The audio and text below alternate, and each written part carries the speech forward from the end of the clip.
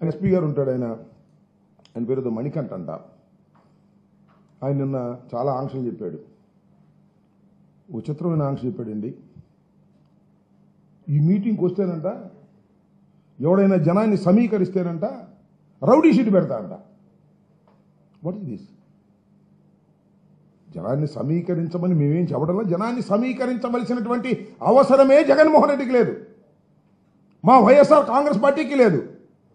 నిజంగా జనాన్ని సమీకరిస్తుంది మీరు. జగన్మోహన్ రెడ్డి గారికి పర్మిషన్ ఇవ్వకపోవటం, ఆయన హెలికాప్టర్ దిగితే అక్కడ లాఠీ చార్జ్ చేయటం, జగన్ ఎవరో రావద్దని ఊరూరు తిరిగి చెప్పటం, జనం ఎవరో రావద్దని ఊరూరు తిరిగి చెబుతుంటే ఎల్లాలి కావాలని వాళ్ళు బయలుదేరటం, తండోపతండాలుగా బయలుదేరి రావడం.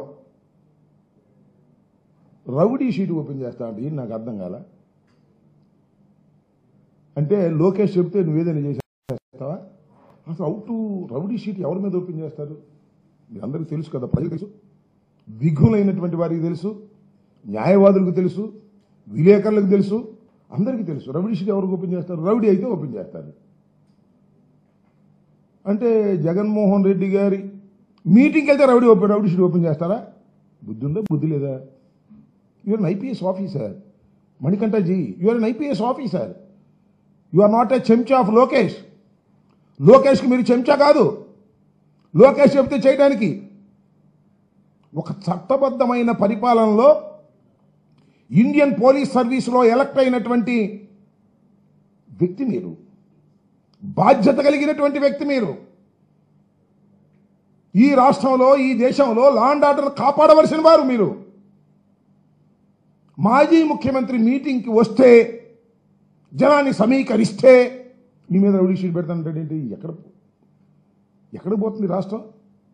రౌడీ షీట్ ఎవరెవరి మీద పెట్టాలి? ఇదిగో నా దగ్గర ఉంది మాన్యువల్ ఉంది నా దగ్గర. హ్యాబిచువల్ అఫెండర్స్ని, గ్రేవ్ అఫెన్స్లో పాల్గొన్నవాడిని, యాంటీ సోషల్ ఎలిమెంట్ని, ఇలాంటి వాళ్ళని రౌడీ షీట్లు పెడతారు. రిపీటెడ్గా అదే పనిగా చేస్తూ ఉంటాడు, రౌడీ మామూలు వసూలు చేస్తుంటాడు, లేదా నేరాలు చేయటం వాడు వృత్తిగా భావిస్తాడు, నేరాల మీదే ఆధారపడి బతుకుంటాడు. వాడి మీద నువ్వు రౌడీ షీట్ పెట్టాల్సింది మా మీద. అంటే వైఎస్ఆర్సీపీ కార్యకర్తల మీద, వైఎస్ఆర్సీపీ నాయకుల మీద రౌడీ షీట్ ఓపెన్ చేస్తానని నువ్వు బెదిరిస్తున్నావే. ఏందయ్యా నాకు అర్థం కాలేదు మణికంఠ. ఐపీఎస్ ఆఫీసర్ గారు, లోకేష్ చెప్పంగానే చేసేస్తారా? రౌడీ షీట్లు ఓపెన్ చేసేస్తారా? అర్థం పర్థం లేదా? ప్రజా వ్యతిరేకతను తట్టుకోగలుగుతారా? వస్తే మీ దగ్గర లాఠీలు తూటాలు ఉంటే మీరు చేస్తున్నటువంటి ఈ ఒత్తిడికి లేదా ఈ అణిచివేతకు వ్యతిరేకంగా ప్రజలు విజృంభిస్తే మీరు తట్టుకోగలుగుతారా అని అడుగుతా ఉన్నా. బ్రిటిష్ వాడి దగ్గర బాంబులు లేకపోయాడా? అందరికీ నమస్కారం. ఈ నెల 9వ తారీఖున బంగారుపాళ్యం మండలంలో మ్యాంగో మార్కెట్ యార్డ్కి ఎక్సీఎం గారు వస్తున్న దృష్ట్యా ఇప్పటికే పోలీసులు పర్మిషన్ ఇవ్వడం జరిగింది.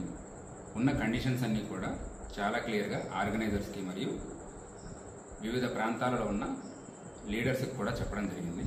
అయినప్పటికీ కూడా ఇప్పటికీ మండల స్థాయిలోనూ మరియు అసెంబ్లీ కాన్స్టిట్యున్సీ స్థాయిలో కూడా ఎక్కువ సంఖ్యలో మొబిలైజ్ చేయాలని చూస్తున్నారు. ఫీల్డ్ లెవెల్లో మేము ఇన్ఫర్మేషన్ తీసుకున్న తర్వాత ఇప్పటికీ కూడా సుమారుగా పొంగనూరు నుంచి 4,000 మందిని, పూతలపట్టు నుంచి 9,000 మందిని, చిత్తూరు నుంచి 5,000 మందిని, పలమనేరు నియోజకవర్గం నుంచి 4,000 మందిని కూడా మొబిలైజ్ చేయాలని చూస్తున్నారు.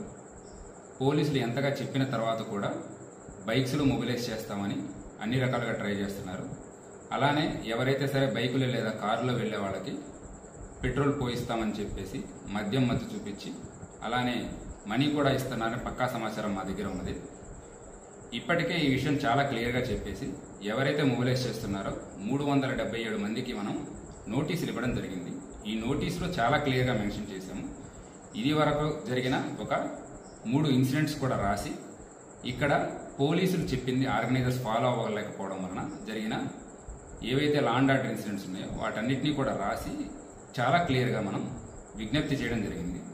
ఇప్పటికీ కూడా ఇంత చెప్పిన తర్వాత కూడా ఎక్కువ మంది సంఖ్యలో తీసుకొద్దామని చూస్తున్నారు.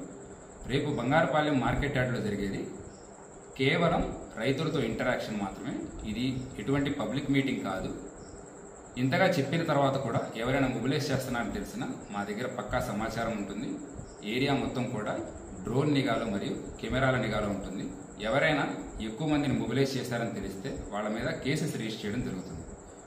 ఈ 377 మందికి ఎవరికైతే ఆల్రెడీ నోటీసులు ఇచ్చామో వీళ్లలో ఆల్రెడీ 55 మందికి మీద ఇంతకుముందు కేసులు కూడా ఉన్నాయి. సో రౌడీ షీటర్స్ కూడా కొంతమంది ఆల్రెడీ ఇన్వాల్వ్ అవుతున్నారు. ఆ పక్కా సమాచారం మా దగ్గర ఉన్నది. సో దయచేసి జనాలు ఎవరు కూడా చెప్పిన మాట వినొద్దండి. మీరు సొంత డెసిషన్స్ తీసుకోండి. ఎవరో ఏదో ఆశ చూపించేసి మిమ్మల్ని మొబిలైజ్ చేస్తున్నారు అంటే ఆ మాట వినొద్దు. రేపు ఏదైనా సరే లా అండ్ ఆర్డర్ సమస్య వస్తే అందరూ ఇబ్బంది పడవలసి వస్తుంది. నేను మరొకసారి విజ్ఞప్తి చేస్తున్నాను, లార్జ్ స్కేల్లో మొబిలైజేషన్ చేయవద్దు. కేవలం ఏదైతే సరే పోలీసులు ఇచ్చిన నియమ నిబంధనలు ఉన్నాయో అవి తప్పకుండా ఫాలో అవ్వండి.